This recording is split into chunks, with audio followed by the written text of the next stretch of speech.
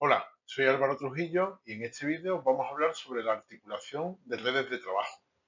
Siempre, eso sí, teniendo en cuenta la imprescindible conexión con el territorio, para lo que abordaremos temas relacionados como la articulación y la dinamización de redes, para llegar a esa conexión territorial. Comenzamos.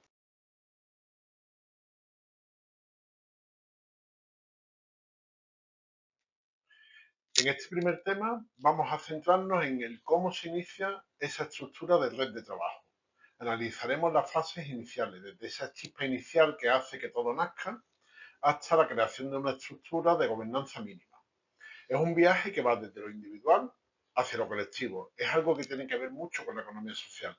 Y ojo, debemos de centrarnos en tener cuidado con que este proceso sea inclusivo y coherente con nuestros principios y valores.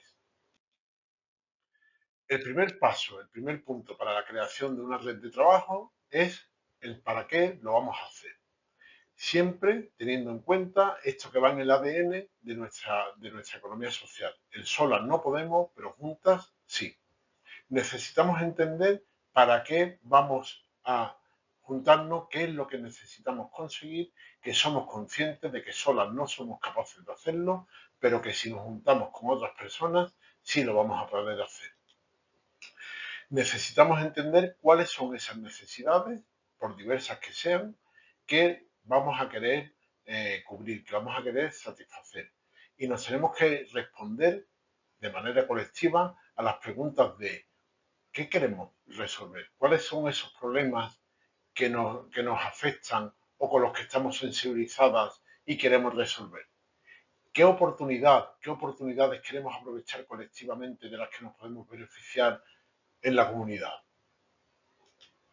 Esta fase no es un análisis del mercado. Ojo, no estamos hablando de analizar qué necesidades hay como si estuviéramos emprendiendo, sino qué es eso que queremos conseguir, qué es eso que queremos abordar, qué es eso que no podemos hacer solas, pero sí somos capaces de hacer de manera conjunta. Y para eso necesitamos hacer un ejercicio de empatía, de observación y de formular ese propósito inspirador que además está en la órbita de ese objetivo común que tenemos todas las organizaciones de economía social.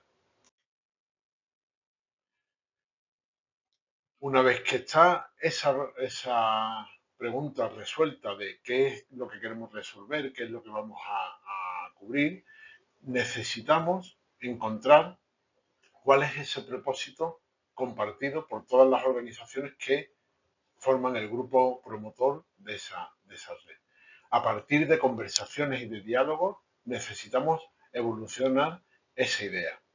Esto es una fase de ejercicio. En esta fase, o esta fase, mejor dicho, consiste en un ejercicio puro de procesos de inteligencia colectiva, donde el propósito que hemos tenido de una manera inicial, lo vamos a enriquecer, lo vamos a depurar para que sea un propósito claro y compartido por todas las personas y organizaciones que conformamos la red. El objetivo es llegar a un consenso y llegar a un marco amplio de actividad. ¿Para qué vamos a trabajar juntas? Esa es la pregunta. Este es el propósito que debe ser, como os digo, amplio, inspirador y, por supuesto, conectar con todo lo que tiene que ver con la economía social. En estos consensos forman parte ya, o de estos consensos, actúan como la primera hoja de ruta y nos van a permitir que la red empiece a caminar. Aquí estamos persiguiendo dos cosas. Por un lado, los resultados, el establecer ese fin común para el que vamos a trabajar. Pero no se nos puede olvidar que aquí ya estamos construyendo red, aquí ya estamos tejiendo esa confianza necesaria para seguir trabajando. Y en este punto llega la constitución del grupo fundador o el grupo impulsor, que tiene que ser un grupo que sea potente, con unas ideas claras, pero que tiene que estar abierto al resto de la comunidad. Tiene que saber que ellos son el grupo impulsor, que son las personas que van a iniciarlo todo, pero que no pueden quedarse ahí solas. Necesitan seguir sumando personas y organizaciones. Esta fase consiste en consolidar el grupo de personas y organizaciones que no solo están de acuerdo con el propósito, sino que además están comprometidas con aportar recursos, tiempo, dinero, espacios, para poner en marcha la red y empezar a construir ese camino para la consecución de ese objetivo común. En la economía social, este grupo debe reflejar diversidad del ecosistema que quieren construir. No es una idea, no es una cuestión de qué es lo que yo voy a resolver a otras personas, es cómo esto que nos afecta a todas, qué es esto que afecta a nuestra comunidad, cómo lo vamos a resolver. Y tendremos que ir decidiendo cómo nos vamos a ir organizando para poner en marcha este trabajo. Y tendremos que identificar con nombre y apellidos o siglas quiénes van a ser las personas u organizaciones que se encarguen de convocar las reuniones, quiénes van a gestionar las comunicaciones, quién va a documentar los acuerdos, quién va a hacer el seguimiento del trabajo realizado. Es un momento incipiente donde necesitamos que cada persona, cada organización de este grupo promotor empiece a tomar las riendas y empecemos a movernos. No se trata de crear cargos, esto es importante, se trata de distribuir responsabilidades, de que eso que hay que hacer se haga, que quede un compromiso de las personas para que podamos empezar a arrancar. No estamos decidiendo cargos, estamos poniendo nuestro tiempo a disposición de un propósito común y queremos alcanzarlo. Una vez que ya tenemos el grupo impulsor y un propósito, necesitamos un mapa para navegar en este ecosistema en donde nos vamos a mover. El mapeo de actores y actoras es una herramienta estratégica fundamental en la economía social. Recordemos que tenemos que llegar a cuanta más comunidad, mejor. Y además nos va a permitir ir mucho más allá de nuestra propia organización y comprometer todo el tejido social. La economía social es comunitaria, necesita de estar en todos los aspectos y estar representada en todos los aspectos que impactan o que intervienen en la comunidad. Mapear, en este caso, no es solo hacer una lista de contactos, eso es fácil, es un análisis colectivo para visualizar, comprender, conocer quién es quién, qué recursos hay, qué vamos a aportar cada una, qué intereses nos mueven a cada uno, a cada una de las personas y organizaciones que somos nodos de esa red. ¿Y por qué es crucial? Porque nos va a ayudar a identificar esas alianzas inesperadas que pueden surgir de ese primer acercamiento, a comprender dinámicas e intereses de poder que ya existen y que tendremos que identificar para aprender a lidiar con ellas, para evitar duplicar esfuerzos, cosas que se están haciendo ya y que no merecen la pena seguir haciendo o hacerlo de una manera distinta o nueva. En definitiva, lo que necesitamos es saber todo lo que hay y todo lo que se está aportando en la red y conectarnos las unas con las otras para que podamos conseguir esa sinergia que hemos hablado en otros momentos de los vídeos. Un buen mapeo es la base para una estrategia de crecimiento inclusiva y efectiva. Necesitamos identificar todos los nodos que pueden aportar, todos los nodos que se van a ver afectados y todos los nodos que van a impactar en la red. ¿Qué es lo que vamos a mapear? Pues como acabamos de decir, esos nodos, esos actores y actoras que participan en la red y también las relaciones, los vínculos que hay entre unas y otras. El mapeo debe ser un proceso visual y participativo. Debe de generar, más allá de los documentos y de las relaciones, una imagen en una gran pizarra, en un mural. Necesitamos, lo primero que todo, identificar a los actores y actoras, a los nodos de la red. ¿Quiénes son las personas? ¿Quiénes son los colectivos? ¿Qué organizaciones relevantes hay en el territorio y en la comunidad para nuestro propósito? Y ojo, que no se nos olvide aquí la visión de la economía social que nos exige ser exhaustivo, no solo con otras cooperativas u otras organizaciones u otras fundaciones, sino también con empresas locales, con centros educativos, con administraciones locales, con grupos informales. Todas las personas, todas las organizaciones pueden aportar algo. y necesitamos identificarlas y aprovechar su saber hacer y sus impulsos. Luego dibujaremos esas relaciones que hemos hablado en anteriores vídeos. Oye, ¿qué tipo de relaciones existen ya entre los diferentes nodos? Hay colaboración, hay competencia, hay conflictos, hay indiferencia. Todo lo que pasa en la red es significativo. Y recuerda, una red es un sistema interdependiente. Lo que afecta a un nodo le afecta al resto de la red. ¿Qué más mapear? Pues recursos, activos, intereses y motivaciones. El mapa debe de ser lo más completo posible y debe ir más allá de quiénes son los actores y cómo se relacionan. Tenemos que identificar cuáles son esos recursos y activos, qué conocimientos hay, qué habilidades, qué recursos materiales, qué recursos económicos, qué recursos financieros.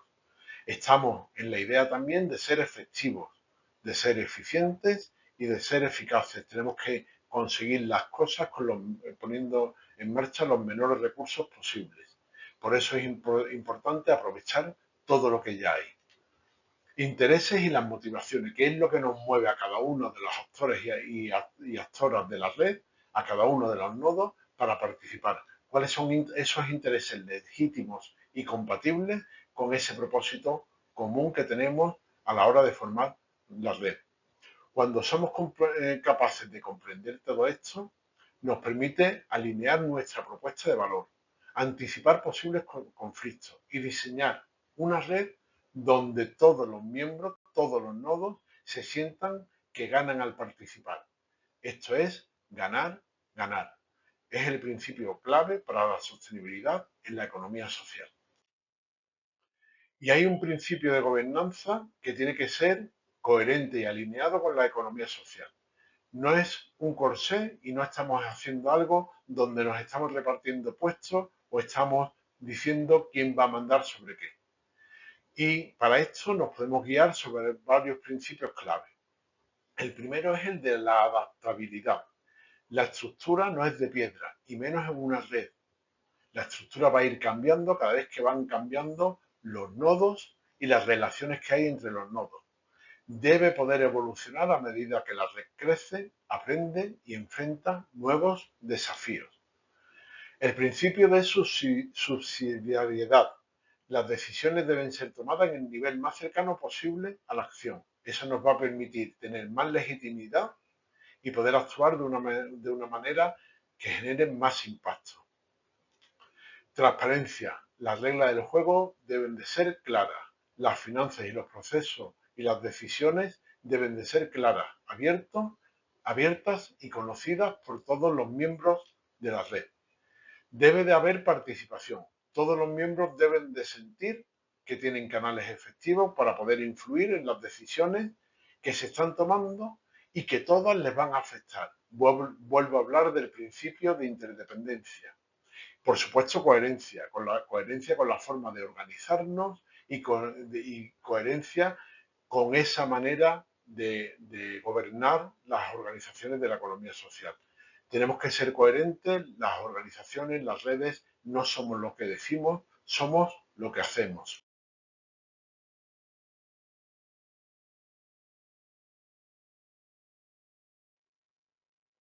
En este punto vamos a hablar sobre la dinamización de las redes de trabajo. Y cuando hablamos de dinamización estamos hablando de comunicación y participación. Una red sin comunicación es una red muerta. Ya hemos dicho antes que la clave de las redes es esas relaciones que hay entre los nodos y las relaciones sin comunicación no son posibles. La comunicación es el sistema nervioso que conecta a todos los nodos, permitiendo que la información, las ideas, las emociones fluyan. Pero no hablamos, por supuesto, de una comunicación unidireccional de un punto a otro. Estamos hablando de una intercomunicación entre todos y cada uno de los nodos. Mientras más, mejor. En la economía social, además, como sabes, aspiramos a una comunicación multidireccional, de la coordinación de los miembros, es decir, que sea descendente, de los miembros a la coordinación, es decir, que sea ascendente, y sobre todo y mucho más cuando estamos hablando de redes de trabajo, de una comunicación en paralelo, en horizontal, donde todos los nodos se comunican entre ellos sin depender en ningún momento de otros nodos. Este flujo constante es el que va a permitir cristalizar, que emerja esa inteligencia colectiva, esa manera de resolver colectivamente los problemas que nos afectan a todas las personas y organizaciones en las que conforman la red. Para ello debemos ser intencionales, es decir, tenemos que ser proactivos a la hora de generar esa comunicación y esa participación, seleccionando los canales adecuados en cada momento y en cada circunstancia. Tenemos que saber cuáles son los mejores canales y asegurando que el contenido de la comunicación siempre sea relevante y claro para la persona o la organización, en definitiva, el nodo que lo recibe. La transparencia no es una opción, es una obligación ética. Ya hemos hablado también anteriormente de lo que supone la confianza. Una red sin confianza, sin comunicación sin comunicación y participación, no es una red. Para eso necesitamos crear una cultura de participación. Si decimos, venga, a partir de ahora vamos a participar, eso no nos va a llevar a ningún sitio. La participación es una cuestión de diseño, es una cuestión de diseño y de facilitación. Tiene que haber alguien, algún nodo, que se encargue de eso. Hay que generar oportunidades claras, diversas y accesibles para que los nodos puedan contribuir según sus capacidades. Según sus capacidades e intereses. Y recuerdo, no todos los nodos lo tienen que hacer de la misma manera. Podemos hacerlo de una manera más formal, de una manera más informal, de una manera más intensa, de una manera menos intensa. Lo importante es que haya participación y que todo el mundo, todos los nodos, se sientan cómodas a la hora de participar de la forma que lo están haciendo. Para eso también necesitamos confianza y transparencia. Es vital reconocer y valorar públicamente cada una de las contribuciones, por pequeña que sea, porque ya hemos dicho que la fortaleza de una red es la fortaleza que hay entre las relaciones en los distintos nodos. Por pequeña que sea esa intervención, esa participación, hay que celebrarla y hay que agradecerla. La clave de una buena dinamización es mantener a todos los nodos conectados, ofreciendo diferentes niveles de implicación, porque es necesario, no podemos estar todos implicados al 100%, y asegurando que la puerta para pasar de un nivel a otro está siempre abierta. Todo el mundo, desde la honestidad y la transparencia, va a poder aportar en cada momento lo que realmente pueda y quiera aportar. Y necesitamos ir tejiendo la conversación colectiva. Generar conversación es imprescindible para generar confianza. Fomentar la comunicación horizontal, ascendente y descendiente requiere un esfuerzo proactivo. Esto no surge porque sí, es una cuestión también de diseño. Para la comunicación ascendente podemos usar, por ejemplo, espacios donde se indague, hable y escuche las necesidades y las propuestas de todos los nodos y de la comunidad en general, por supuesto. Para la comunicación horizontal es imprescindible el rol de una dinamización que puede ser externa o interna, pero es clave que algún nodo pueda hacer de puente y conectar entre los distintos nodos, sabiendo cuáles son los intereses y las necesidades de cada cual para establecerlos y conectarlos según esas necesidades que se puedan apoyar o que puedan complementar. Se pueden generar además grupos de trabajo temáticos que puedan estar autoorganizados y organizar encuentros informales y todo aquello que surja. Pero no podemos esperar a lo que surja, porque si no posiblemente no surja nada. Tenemos que pensar que hay que aprovechar lo que surja, pero que hay que diseñar cosas de manera proactiva para que las cosas ocurran.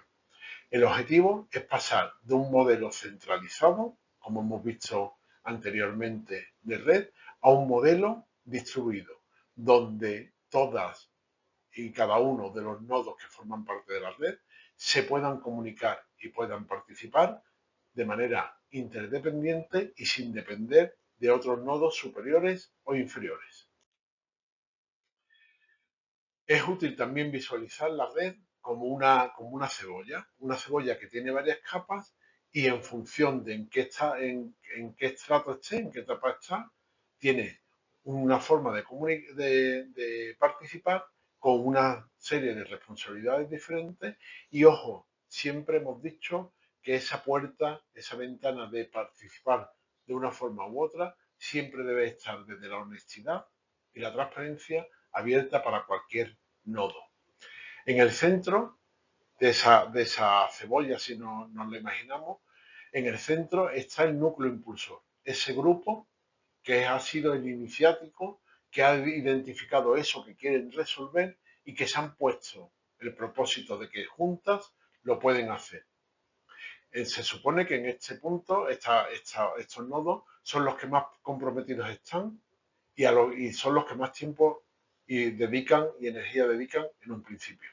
La siguiente capa podrían ser los miembros, los nodos activos, que participan regularmente en diferentes proyectos y reuniones, pero con menor intensidad que el grupo impulsor. Y más afuera están los miembros periféricos o los miembros ocasionales, que siguen la actividad de la red, participan puntualmente en la red y actúan como embajadores. También generan que otras personas, que otras organizaciones, en definitiva otros nodos, puedan unirse a la red en algún momento. Y por supuesto, siempre está el contexto de la comunidad. Que no se nos olvide que estamos generando red dentro de una comunidad. Y a la comunidad hay que escucharla y hay que tenerla en cuenta para todo lo que hacemos y decidimos. Desde la dinamización, desde la persona o la organización que tenga como responsabilidad la dinamización, se debe de ofrecer diferentes formas de contribuir, que todas las formas de contribuir aporten algún valor. Cada capa es imprescindible. No los nodos, sino que haya nodos en cada una de las capas, con distintas responsabilidades, con distintos roles, pero todas trabajando para eso que quieren lograr, para ese propósito común. Y más allá de la espontaneidad, como ya he nombrado antes, las cosas no surgen porque sí. Necesitamos diseñar la participación. La participación no se puede dejar al azar. Un plan de participación es un documento estratégico que define cómo queremos que sea la red, cómo se va a fomentar y canalizar la comunicación, las relaciones y la participación entre los nodos. Este plan debe responder a preguntas como ¿qué decisiones son consultivas? ¿Cuáles son vinculantes? ¿Cómo van a participar los miembros de la red en cada una de las decisiones? ¿Qué metodología vamos a usar para asegurar la participación? ¿Cómo será el proceso de acogida? ¿Qué roles y responsabilidades se pueden asumir por parte de los distintos nodos? ¿Con qué frecuencia a través de qué medios, de qué canales vamos a darnos feedback? En definitiva, todo lo que ocurre en la red tenemos que diseñarlo para que después sucedan otras cosas y para que si no suceden las cosas adecuadas e idóneas para la consecución del propósito común, podamos retroceder y tomar el camino adecuado en base a lo que estaba diseñado. Este plan, por supuesto, como es un ejercicio de inteligencia colectiva, tiene que ser co-creado por todos los nodos de la red, visible y transparente. Necesitamos generar confianza y la confianza se genera cuando trabajamos juntas. Demuestra, si lo hacemos así, que la participación es un pilar fundamental y forma parte de la cultura de la red. No solo es una palabra bonita, es una realidad. Y por supuesto necesitamos escuchar al ecosistema. Si hay algo importante en una red es escucharnos los unos a los otros y escuchar a la comunidad. Una escucha activa que no es solo una habilidad individual, sino que es una capacidad organizativa de la red. ¿Cómo sabremos si la red está respondiendo a las necesidades reales de sus nodos? ¿Cómo detectamos el malestar o las nuevas oportunidades. Para eso es necesario implementar mecanismos de escucha a gran escala. Y para eso podemos hacer desde encuestas de satisfacción, que son un instrumento, pero normalmente nos dan poco o información de poco valor, hasta conversaciones. Las conversaciones sí nos dan información, análisis en foros online, entrevistas cualitativas. En definitiva, lo que necesitamos es hablar, pero sobre todo escuchar. Escucharnos los unos a los otros y escucharnos de manera activa para poder después dar respuesta a eso que nos están diciendo.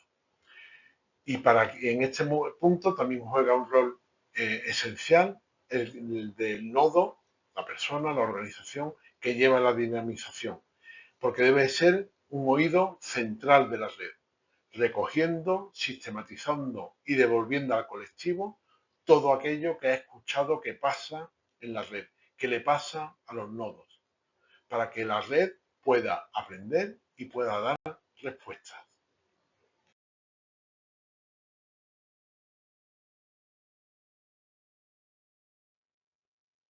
Una red no tiene sentido si no está en un territorio, si no está en una comunidad. Necesitamos conectar la red con el territorio y para eso necesitamos escuchar qué está pasando en la comunidad, qué está pasando en el territorio. Una red colaborativa, una red de trabajo, ocupa una posición privilegiada en su comunidad. Está compuesta por diferentes nodos con diferentes características y diferentes necesidades cada una, con distintas y diferentes relaciones entre los distintos nodos y con la comunidad. Por eso es un termómetro imprescindible que puede detectar necesidades, identificar recursos y comprender las cosas que suceden socialmente en el territorio. No podemos quedarnos solo en el diagnóstico. Aquí no estamos midiendo qué es lo que pasa. La red debe aspirar a ser también un actor relevante dentro de la comunidad, una fuerza proactiva que sea capaz de responder a todas las necesidades, a todas las demandas que dentro de ese propósito amplio que tiene la red puedan afectar o puedan impactar con su propósito. Deben de contribuir al desarrollo social, económico y medioambiental del territorio, de la comunidad. Este doble rol que tiene la red de ser parte interviniente y parte de escucha es lo que diferencia una red de economía social de un simple lobby o una agrupación de intereses. Es un compromiso que tenemos con el territorio por hacerlo cada vez mejor. Un territorio sostenible, un territorio donde la economía social es un actor que impacta en los resultados que necesita esa comunidad. Y para conectar la red tenemos que partir por visualizar los activos y los retos que hay en el territorio. Una técnica muy poderosa para la escucha colectiva es el mapeo comunitario y participativo. A diferencia del mapeo de actores de la red, que ya lo hemos visto anteriormente, aquí se mira hacia afuera. Consiste en conocer qué hay en la comunidad y hacer un gran mapa de qué hay, qué sucede y cómo se relaciona la comunidad. Se pueden mapear activos, se pueden mapear recursos, lugares de encuentro, comercios locales, habilidades de los vecinos. Todo aquello que sucede en la comunidad es importante para la red. Recuerden el principio de interconectividad, las cosas y de interdependencia, las cosas que nos pasan a, a unos nodos nos influyen a otros nodos. Este proceso no solo genera un diagnóstico visual y compartido, sino que también empodera a la comunidad al reconocerla y al reconocerse como experta en su propio territorio. La red puede facilitar este proceso para construir una comprensión compartida de cuál es la realidad local y de cómo afecta ese propósito común a la comunidad. Es importante también recordar que estamos hablando de un proceso continuado de inteligencia colectiva. Tenemos que sintetizar, tenemos que agregar las distintas y múltiples miradas que hay para conseguir tener una visión completa de la comunidad. Cada organización miembro de la red, cada nodo, es y debe ser una antena que capte señales de parte de la comunidad. La gran fortaleza que tenemos como red es la capacidad que tenemos de actuar como centro de inteligencia comunitaria, con la función de poner en común toda esa información que está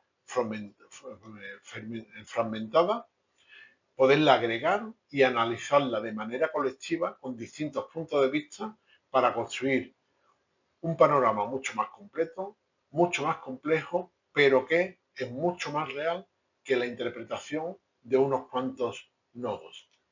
Este proceso de síntesis permite identificar patrones, ver qué es lo que sucede dentro del sistema de manera repetida, ver las conexiones, ver los problemas, ver qué es lo que está pasando de manera aislada o de manera conjunta. En definitiva, lo que nos va a permitir es tener un diagnóstico, o mejor dicho, tener un conocimiento de la realidad del territorio, que es mucho más profundo y acertado, porque es un diagnóstico co-creado por todos y cada uno de los nodos y por la propia comunidad a la que se le da voz en este proceso de mapeo. En este proceso tiene que tener como resultado pasar de ser los grandes desconocidos a ser interlocutores válidos dentro de la comunidad. Tener un buen diagnóstico o conocer profundamente a la comunidad no sirve de nada si la comunidad u otros actores de la red no saben que la red existe o no saben qué les puedan aportar. La red debe posicionarse activamente como un actor relevante. Pero eso no es una cuestión que sucede por sí solo. Para eso también necesitamos ser proactivos. Y esto significa participar activamente en los foros y espacios en donde se nos dé voz a la red, porque debemos formar parte de las decisiones que se toman en nuestro territorio, en nuestra comunidad. Y a través de estas acciones, la red construirá su reputación como interlocutora fiable, colaborativa y con un conocimiento profundo de la comunidad, lo que aumenta además su legitimidad y su capacidad de influencia. Y de nada sirve, por supuesto, saber y hacer todo lo que hemos hecho hasta ahora si no pasamos a la acción. Cuando ya hemos escuchado al territorio, se ha construido un diagnóstico compartido y co-creado, llega el momento más desafiante, traducir esa comprensión en acción para alcanzar ese propósito compartido. Y ojo, no se trata de lanzar proyectos aislados o de responder a todo lo que surge. Tenemos un propósito común y tenemos una estrategia compartida.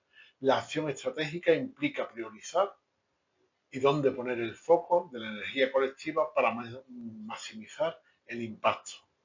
Requiere un proceso de codiseño entre todas las partes que forman parte de la red, entre todos los actores de la comunidad, para codiseñar las iniciativas, asegurando que las soluciones se construyen con la comunidad y no para la comunidad. Ese ejercicio de co-creación tiene que ser lo más amplio posible. Y finalmente exige buscar la alineación y las alianzas con otros actores y otras políticas para que los proyectos no sean una gota de agua en el océano, sino que se integren en una estrategia común y compartida de desarrollo local, de desarrollo comunitario. Es este el verdadero valor que podemos aportar. Ser parte de una parte que aporta a toda la comunidad. Necesitamos siempre tener en cuenta a la comunidad. El principio de nada sobre nosotras es fundamental en economía social. Somos corresponsables de todas las cosas que nos suceden a nosotras y a la comunidad. Y por eso tenemos que diseñarlo. Esto no sucede porque sí. En el diseño tenemos que darle voz, tenemos que dar la palabra a la comunidad. El codiseño implica crear equipos de trabajo que incluyan a nodos de la red, a los futuros participantes de los proyectos y a otros actores comunitarios que sean relevantes. Todas las voces nos van a venir bien para entender bien qué es lo que la red necesita y cómo se puede intervenir de la mejor manera posible. Este grupo diverso tendrá que trabajar juntos desde el principio para definir cuál es el problema, cuál es la profundidad del problema, cómo se nos ocurre que podemos solucionarlo, planificar las actividades y definir los resultados esperados, para por supuesto después evaluarlos. Este enfoque asegura que el proyecto va a ser pertinente, va a estar adaptado al contexto real y va a generar aprobación por parte de la comunidad, lo que va a posibilitar que las posibilidades de éxito sean cada vez mayor y además sostenibles en el